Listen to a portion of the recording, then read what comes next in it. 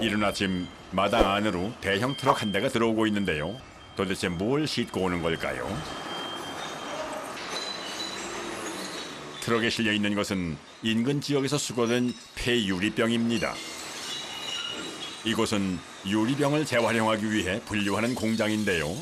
한눈에 봐도 그 양이 상당할 뿐더러 종류도 셀 수 없이 다양해서 분류하는 것이 쉽지 않을 것 같습니다.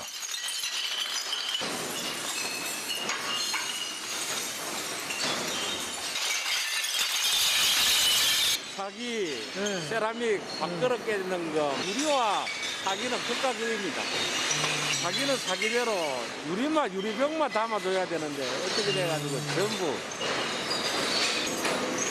분류 작업 중 가장 힘든 건 잘못 들어온 물건들을 골라내는 것이라는군요. 여기 있는 세라믹, 이거 화장품병, 이거, 그리고 심지어 병가루 속에 판기도 정관도 각각 이게 전부 이게 이런 것들은 사실 따로 모아서 배출해야 되잖아요. 왜 따로 버려가 배출해야 되는데 이 병장 속에 같이 혼합해가 들어오다 보니까 이게 전부 병장 속에 1차적으로 이거 선대를 하고 이걸 하고 이것도 지금 병긋지만도 이게 지금 PC라고 플라스틱이다 이게. 아, 이게 플라스틱이에요? 플라스틱 PC라고 이거는 망치를 두고 깨도 안 깨집니다. 재활용 분리수거된 지 1995년도부터 했지 않습니까? 95년도 25년이라는 세월이 흐른데도 도로 후진하고 있습니다. 지금. 유리병은 이물질을 제거한 후 색깔별로 분리해서 배출하고 도자기 같은 물건은 폐기물 포대에 담아 따로 배출해야 합니다. 폐유리병 분류 작업이 시작됐는데요. 보통 하루 평균 30톤 정도의 선별을 하기 때문에 종일 분주하게 작업이 진행됩니다. 작업자들이 대형 컨베이어 벨트 앞에서 병을 분류해 전면에 뚫린 구멍으로 빠르게 던져 넣습니다. 도대체 어떤 기준으로 선별하는 것일까요? 색상별로 제일 처음에 그런 백색, 네. 그 다음에 갈색, 녹색. 네. 만약에 색깔별로? 색깔별로 다 모으고 이게 제일 바깥서병, 네. 차오병, 네. 바깥서. 네. 요 병은 지금 저거 세척을 해가지고 다시 재활용을 하게. 아, 이건 재활용할 수가 있어요? 예. 유리병은 크게 재사용과 재활용으로 구분됩니다. 보통 20번 이상 반복 사용이 가능해 파손되지 않은 것은 재사용을 위해 따로 분리합니다. 세척 과정에서 컴퓨터상으로 지나가다가 조금만 이상 있으면 세척해가지고 다시 분량으로 나와 파기시켜야 되니까 뚜껑을 열어꼭 그거 해가지고 배출을 해주시면 저희들도 재활용하기가 수월합니다. 피로회복 음료수병은 바로 입이 닿는 부분이기 때문에 입구가 굉장히 중요한데요. 그래서 분류 과정에서 다시 일일이 뚜껑을 벗겨내야 하는 수고로움이 있지만 깨지지 않게 뚜껑을 닫아서 버리는 것이 재활용에 효과적입니다. 네. 소주병도 분류별로, 소주병도 종류별로 이렇게 담고 네. 담아가지고 나머지 병 이제 이거 기타 이제 공병 재활용할 거는 여기 담아가지고 다시 밖으로 내가지고 상자에 별도로 다 네. 담겠습니다. 아까 메인 라인에서 요거는 녹색, 네. 아, 이렇게 색깔별로? 저쪽에 녹색, 예, 요거는 백색, 요거는 백색이고, 여기는 갈색, 아, 이건 예, 갈색이요? 갈색 저장을 했다가.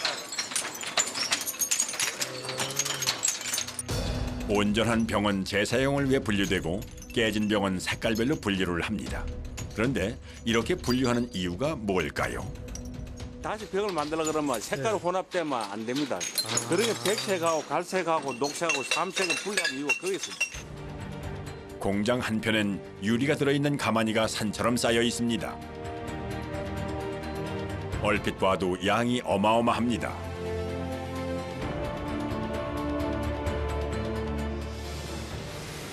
공장 안에선 마당에 쌓여있던 가마니 속 폐유리병을 곱게 분쇄하는 작업이 진행 중입니다.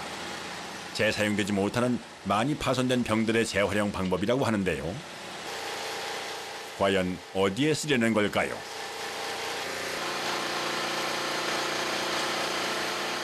골재입니다, 골재. 아스콘 골재 아스팔트 포장용 이 재료가 두사라고 모래입니다. 네. 모래이기 때문에 이거 그렇게 저게 병이 돼가지고 이 가공만 하면 골재로 저거를 쓸수 있는 기술입니다. 이게 땅속으로 다 묻히는 게 이게 재활용제가 골재가 되가 탄생한다고 하면 그게 아주 좋은 일 아닙니까? 재활용은 경제적인 이익뿐만이 아니라 환경오염을 막는 차원에서도 중요한 의미를 갖습니다. 특히 유리는 새로 가공에 사용되는 활용률이 3% 정도로 굉장히 미미합니다. 그런데 요즘엔 버려지던 파손된 유리병을 5mm 크기로 분쇄, 아스팔트의 재료로 사용되고 있다고 합니다. 그런데 날카로운 유리가 아스팔트 재료로 들어가도 문제가 없을까요?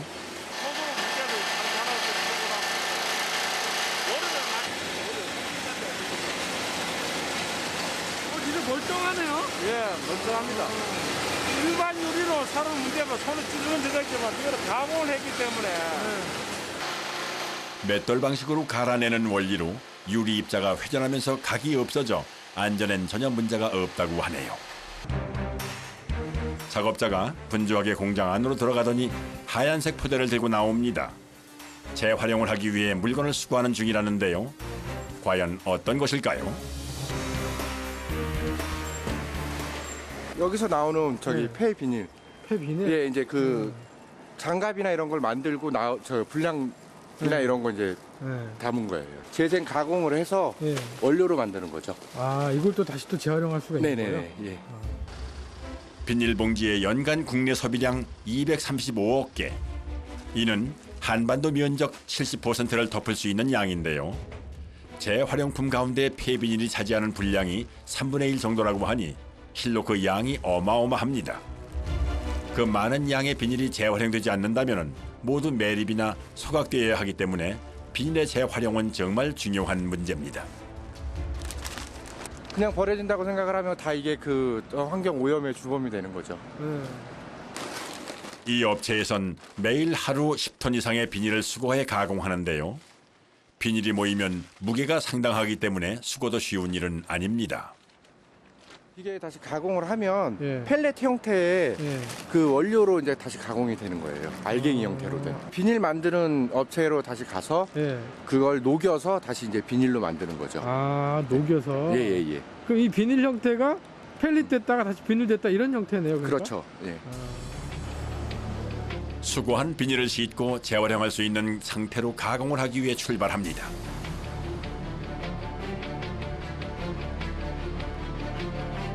경기도 파주시의 폐비닐 가공 공장. 2톤 가까이 드는 폐비닐을 실은 트럭이 공장 마당으로 들어옵니다.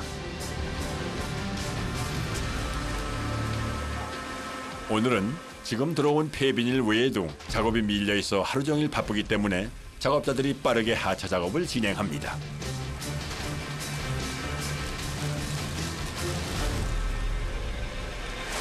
P라고 네. 저밀도 예. 그 필름하고 예. 그리고 이제 그 하이덴이라는 고밀도 예. 필름하고 그리고 이제 그 색깔 이제 좀 네. 다른 것들 이렇게 따로따로 이제 구분해서 내리고 있습니다. 수거한 비닐이 공장에 들어오면 제일 먼저 하는 작업은 분류입니다. 작업량이 상당할 뿐만이 아니라 기계가 할 수 없는 작업이라 사람이 직접 일일이 분류해야 해 굉장히 손이 많이 갑니다. 특히 제작에 들어가면 원료를 넣으면서 비닐 상태를 체크할 여유가 없기 때문에 분류장에서 최대한 꼼꼼하게 하지 않으면 제품에 문제가 생겨 소홀히 할 수 없는 일입니다. 그런데 고밀도 비닐과 저밀도 비닐은 어떻게 다른 걸까요?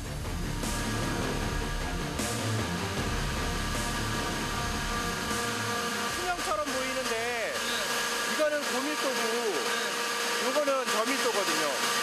그러니까 이런 것도 따로 이렇게 구분을 해야 되고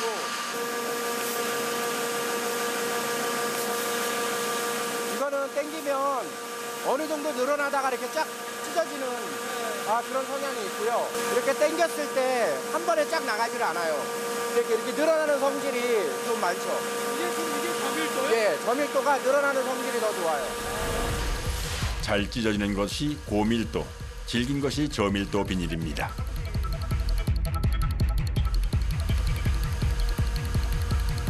고밀도와 저밀도 외에도 색깔 분리도 해야 하는데요. 투명한 것과 투명하지 않은 것으로 분류해 색깔이 있는 것은 주로 검정색 비닐을 만들 때 사용합니다. 지금 이렇게 테이프를 띄는 작업은 투명에 이렇게 그 노란 테이프가 붙어 있으면 색깔 자체도 노랗게 나올 뿐더러 이 테이프는 OPP라고 해갖고 폴리프로필린 재질이라 재질이 좀 달라요. 그래서 이런 데 붙어 있는 테이프는 일일이 다 손으로 작업을 해줘야 돼요. 띄어서. 분류가 끝난 비닐은 가공을 위해 바로 다음 작업자에게 옮겨집니다.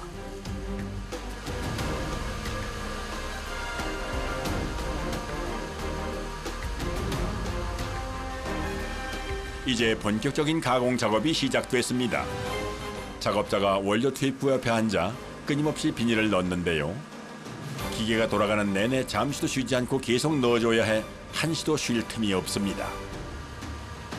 그런데 자세히 보니 커다란 통 밑으로 쉴 새 없이 국숟가락처럼 긴 무언가가 뽑아져 나오는데요. 이 투명한 가닥의 정체는 과연 뭘까요?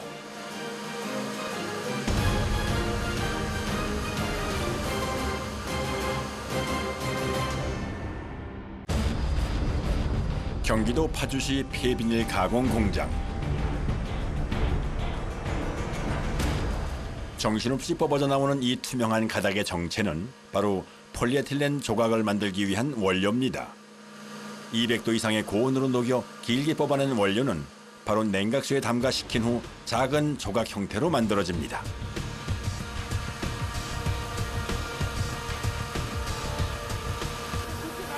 예. 이제 덩어리가 크게 되면 그 비닐을 만들 때 그 기계에서 녹는 게 빨리 녹질 않겠죠. 그리고 스크류가 이제 작기 때문에 큰 덩어리가 들어갈 수가 없어요. 그래서 이렇게 잘게 뽑아줘야 녹는 점도 빨리 녹기 때문에 이렇게 잘게 뽑는 겁니다. 한창 작업을 하던 작업자가 기계 옆에 지키고 서 있더니 뚜껑을 열기 시작합니다. 이 속엔 원료의 이물질을 걸러내주는 필터가 들어있는데요. 안타깝게도 필터에 플라스틱 원료가 진득하게 뭉쳐있어 문제가 있는 것 같습니다. 이제 이거를 걷어내고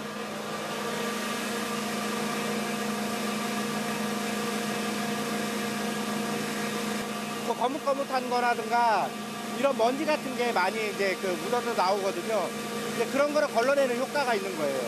그런데 연기가 올라오는 모습이 굉장히 뜨거워 보이는 게 작업이 쉽지 않아 보이는데요. 이게 좀 많이 뜨거워서 화상을 좀 조심해야 되는 거라. 완전 진짜 떡이 젖어 있네요. 네. 진득한 원료를 걸러내야 하기 때문에 최소 2시간에 한 번은 새 필터로 교체를 해줘야 합니다. 찌꺼기 거름망이라고 생각을 하시면 되고요. 이 두꺼운 망은 가운데 이제 그 고운 망 2장을 대고요. 그 양 옆에 두꺼운 망을 대는데 고운 망 2개 그리고 두꺼운 망 양 옆에 2개에서 총 4장이 들어갑니다. 예. 고온에서 고압으로 원료를 밀어내는 방식이라 자칫 고온 거름망이 상하는 것을 막기 위해 양쪽에 두꺼운 망을 대줘야 한다는군요. 필터 교체 작업 후 다시 생산이 재개됐습니다. 전에 작업하던 굳은 원료는 먼저 걷어내줘야 합니다. 새로 뽑힌 원료를 재활용 조각을 생산하는 기계까지 연결해줘야 하기 때문에 필터 교체 후엔 항상 작업자가 원료가 끊기지 않게 조심하며 건너편 기계까지 직접 이어줍니다. 그래야 문제없이 생산이 재개된다네요. 원료가 뜨겁고 무른 상태라 초보자들은 대거나 끊어뜨리기 일수라 보통 숙련된 작업자가 진행을 한다고 합니다. 그런데 갑자기 분주해지기 시작한 작업자들. 기계를 멈추는데요. 대체 무슨 문제가 있는 걸까요?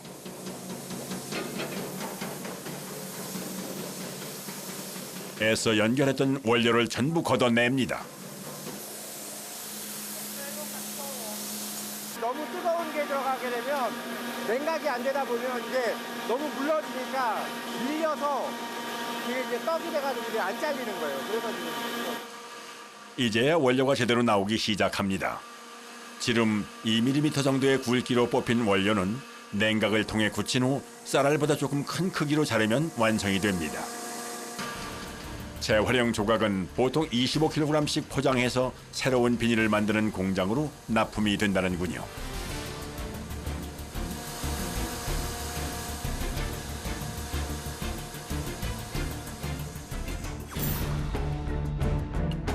서울특별시 송파구의 한 주민센터. 사무실에서 나온 직원들이 어디론가 급하게 걸어가는데요. 건물 옆 공간으로 들어가니 상당한 양의 쓰레기가 쌓여 있습니다. 작업자들이 능숙하게 쓰레기 봉투를 치우기 시작합니다. 그런데 자세히 보니 모두 종이팩들입니다. 무엇을 쓰려고 모아놓은 것일까요? 우유팩이랑 종이컵을 네. 주민들이 수거하셔가지고 네. 그 주민센터로 갖고 오시면 네. 저희가 1kg당 휴지 하나로 네. 바꿔드리거든요. 아. 이곳에선 자원 순환 사업의 일환으로 종이팩을 화장지로 바꿔주는 캠페인이 진행 중입니다. 일주일 동안 모이는 종이팩 양이 3,000kg이 넘는다고 하니 수거되는 양도 상당합니다. 종이팩은 100% 수입에 의존하는 고급 천연 펄프로 그냥 버리기엔 아까운 자원인데요. 재가공을 통해 고급 화장지로 재활용이 가능합니다. 종이팩, 종이컵, 우유팩까지. 네. 모아놓은 종이팩은 일주일에 한 번씩 분류하는 곳으로 보내진다고 합니다.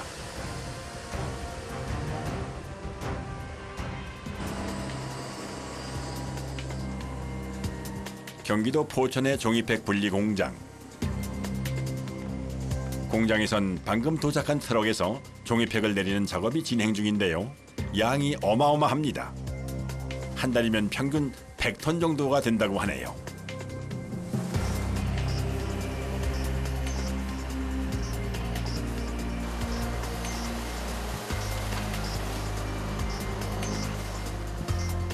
아파트에서 수거해서 들어온 거예요. 아파트에서 아파트 수거가 그런데 이런 게 막 나오거든요.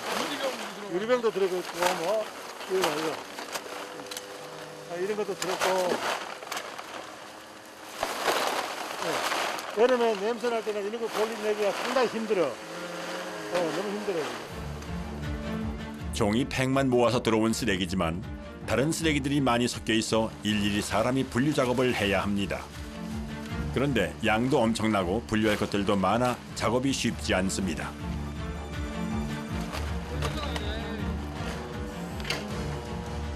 요거는 좀 그래도 양호한 편이요. 요 아파트에서 분리 그래도 그나마 잘 돼서 나오는 거예요.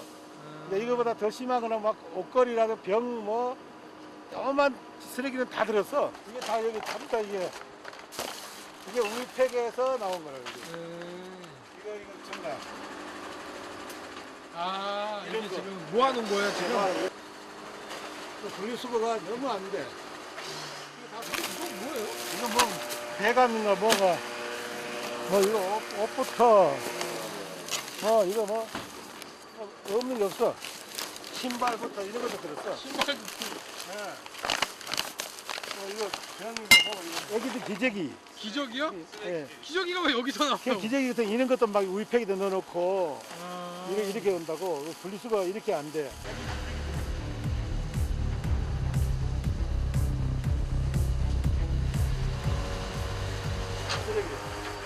이게 지금 쓰레기만 또 이게 일단 모아놓은 거예요? 모아서 또 쓰레기를 우리는 또 쓰레기를 별도로 또 처리해야 돼. 깨끗하게 버리기만 해도 재활용률을 높일 수 있는데 현재는 잘못된 배출로 종이팩 70%가 쓰레기로 버려지고 있다고 하네요. 찢어가지고 섞어서 말라서 나온다고. 네. 그런 데는 네. 외국 같은 경우는 네. 약간 말라서 이렇게 버리는데 우리나라 같은 경우는 아직까지 이렇게 버린다고. 우유 마시고 네. 물에 한번 헹구고 네. 그러고 좀 이렇게 버려줬으면 좋겠어. 그러면은 네. 우리가 여기서 분리할 때 네. 냄새도 덜 나고 네. 깨끗하고 그렇게 좀 해줬으면 좋겠어. 그러니까 한 번만 씻으면 되는 건데. 한 번만 씻어도 이제 물에 씻어도 네. 씻어도 괜찮다고. 너무 안 씻고 그냥 버리고 거기다 담배꽁초 넣고 뭐 이쑤시개 넣고 뭐만 잡통이 다 넣으니까 그래서 버리니까 상당히 안 좋아. 종이팩 배출 시 가장 중요한 것은 분류인데요. 신문지 등 다른 폐지와 분류하고 우유팩과 멸균팩도 분리해서 배출해야 한다고 합니다. 우리나라에서 배출되는 종이팩 양은 연간 7만 톤.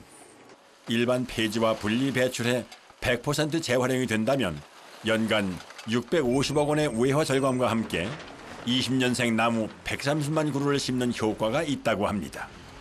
그만큼 제대로 된 방법으로 재활용품을 배출하는 것이 중요합니다. 종이팩 외에 다른 쓰레기를 골라내는 작업이 끝나면 이번엔 압축 작업이 진행되는데요. 보통 한 묶음에 1톤 정도로 하루에 20개 정도 생산된다고 합니다. 진짜 제지 공장 맞아요. 화장지로 만들어진 거고.